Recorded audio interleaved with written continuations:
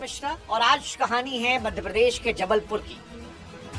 वहां बिरगी डैम में गुरुवार शाम करीब 5 बजे पर्यटन विभाग का एक क्रूज अचानक आई तेज आंधी के चलते मौत के आगोश में समा जाता है। हवा की रफ्तार 74 किलोमीटर प्रति घंटा थी, जिसे शांत पानी की लहरों को जानलेवा दीवार में तब्दील कर दिया। हादसे किनारे से महज 300 मीटर की दूरी पर हुआ, लेकिन उस चंद मीटर के फासले ने कई हंसते खेलते परिवारों को हमेशा के लिए उजाड़ दिया।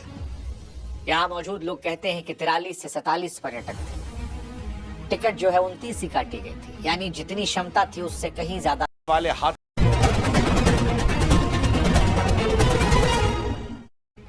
और इनके सामने इंसानियत की हार हो जाती है। इस तस्वीर में एक तरफ वो माँ है जिसने आखिरी सांस तक अपने बच्चे को अपने सीने से लगाकर रखा, दूसरी तरफ अनगिनत लापरवाहियां जिन्होंने इस सुरक्षित सफर को मौत के सफर में तब्दील कर दिया। ये माँ की तस्वीर फिलहाल देश दुनिया में लोगों की आंखें नम कर रही है, क्योंकि इस तस्वीर में माँ की आंखें बंद हैं, उसकी सांसें थम गई हैं। लेकिन अगर तस्वीर गौर से देखेंगे तो उसने अपने बच्चे को अपनी बाहों में जो पकड़ा है, उस पकड़ को उसने कमजोर नहीं होने दिया। मानो जैसे माँ ने तय कर रखा था कि जिंदगी जाए तो जाए, लेकिन बच्चा नहीं छोड़ा जाता। इस माँ के पास बचने का मौका था, उसके पास लाइफ जैकेट थी, लेकिन उसने खुद को नहीं, बच्चे को बचाना चाहा। और इस बचाने में वो खुद भी मर गई, उसके बच्चे की भी मौत हो गई। आप सोच कर देखिए कि इस बचाने की प्रक्रिया कितनी जटिल रही हो। पानी ठंडा रहा होगा, शरीर जवाब दे रहा होगा, सांसें टूट रही हों, लेकिन उसके हाथ नहीं ढीले पड़े। मौत आई, लेकिन वो मौत भी इस बच्चे को उसकी मां से अलग नहीं कर पाई। और इसीलिए दृश्य सिर्फ दिल नहीं तोड़ता, बल्कि सवाल खड़े करता है कि अगर सुरक्षा के इंतजाम वाकई पक्के होते, अगर नियम कागज तक सीमित ना होते, तो क्या ये तस्वीर रहती? क्या इनके जैसे जो औरों की मौत जबलपुर में हुई है वो होती? और असली सवाल यहीं से शुरू है, क्योंकि कहानी कोई भावनात्मक कहानी नहीं है, ये चूकों की परतें खोल चुकी कहानी है, जिसे हम और आप, क्योंकि चेकिंग समय पैसा कौड़ी ले दे के सब ठीक कर दिया था। आंकड़े कहते हैं कि भारत में नाव हादसों का मुख्य कारण तकनीकी खराबी से ज्यादा इंसानी चूक और निगरानी कमी है। और जब तक लापरवाही करने वालों की जिम्मेदारी नहीं होगी, आज जबलपुर है, कल हो सकता है बनारस हो, कोई और शहर हो, कोई और राज्य हो, कोई और जिला हो।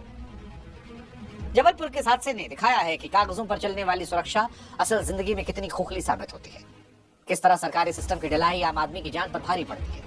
किनारे से महज 300 मीटर की दूरी पर गोताखोरों का ना पहुंच पाना, सही समय पर सहायता ना मिलना, लाइफ जैकेट का ना होना, ये बताता है कि जहां मामला जान का भी है, वहां हम कितने लापरवाह हैं। क्योंकि इस मौत को टाला जा सकता था। जब वो नाव डगमगाई होगी, जबरदस्त डर शोर मचा।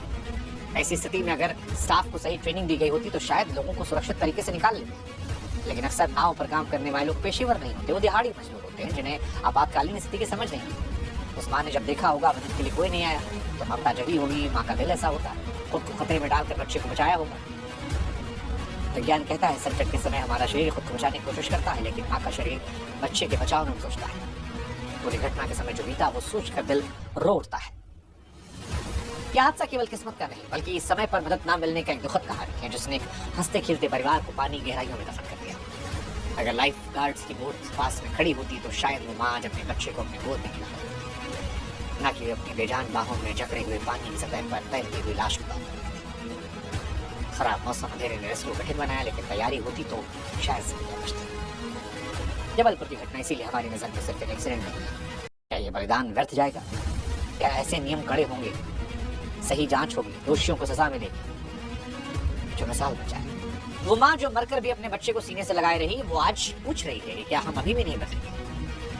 अगली बार जब आप किसी क्रूज पर चढ़ें और आपको लाइफ जैकेट ना मिले, तो उस माँ की बेजान बाहों को याद कर लीजिएगा। शायद एक सवाल आपकी जान बचा सकता है। ईश्वर उनकी आत्मा को शांति दे।